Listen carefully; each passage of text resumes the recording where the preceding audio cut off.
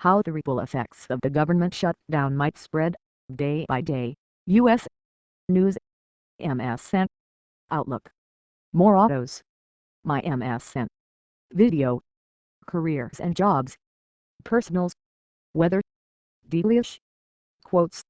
White pages. Games. Real estate. Wonderwall. Horoscopes. Shopping.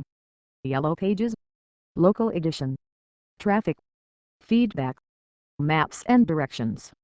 Travel. Full MSN index. Bing. NBEnews.com. Today. Nightly news. Meet the press. Dateline. MSNBC. Breaking news. Newsbeam. Home. U.S. World. Politics. Business. Sports. Entertainment. Health. Tech. Science. Travel. Local. Weather. Advertise vertical line ad choices. Recommended. How the ripple effects of the government shutdown might spread, day by day. Recommended. Breakfast is served. Free meal programs aim to fight child hunger. Recommended. Tropical storm Karen weakens but could bring heavy rain. Surge to Gulf Coast. Recommended. Family of woman killed in D.C. chase wants answers. Heater.top_heater background image. URL http://cdn.lib.newsveen.com/chrome/s/news-franchise/images/header.jpg ? D=10,897 footer.links background image.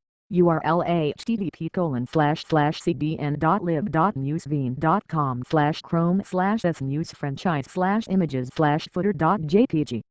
NBC News reporters bring you compelling stories from across the nation. For more U.S. news, follow us on Twitter and Facebook. About this blog archives email updates, follow on Twitter, subscribe to RSS. 531 comments. Print.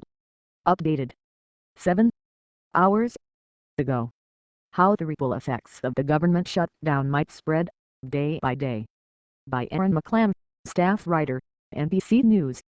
President Barack Obama says of the government shutdown, the longer this goes on, the worse it will be. How much worse is still an open question. Nobody has been through this in 17 years, and federal agencies are scrambling to make adjustments. But more examples are emerging each day of the damage that a prolonged shutdown would wreak. From paychecks to child care, money and services have been brought to a grinding halt.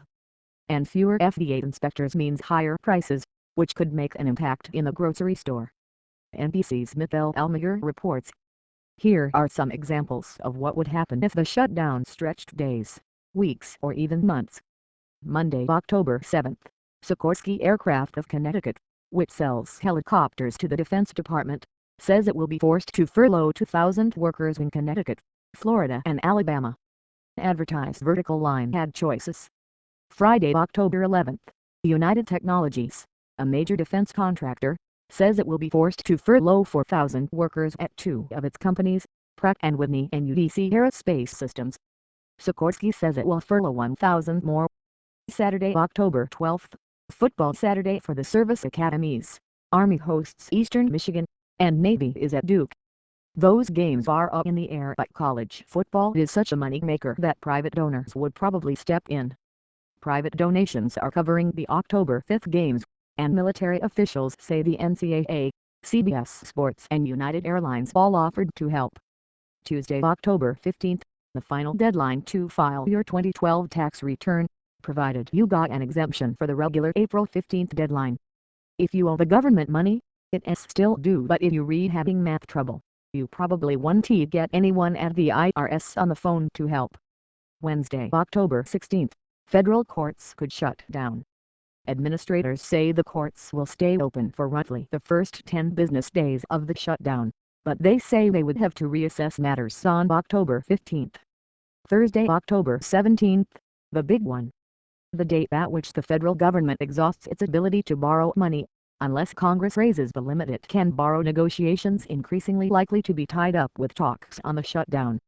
After October 17th, the Treasury would have about $30 billion on hand, enough to cover only a few days. Predictions for the fallout in the financial markets are catastrophic. Late October, claims processing for the Veterans Administration's pension, education and job training program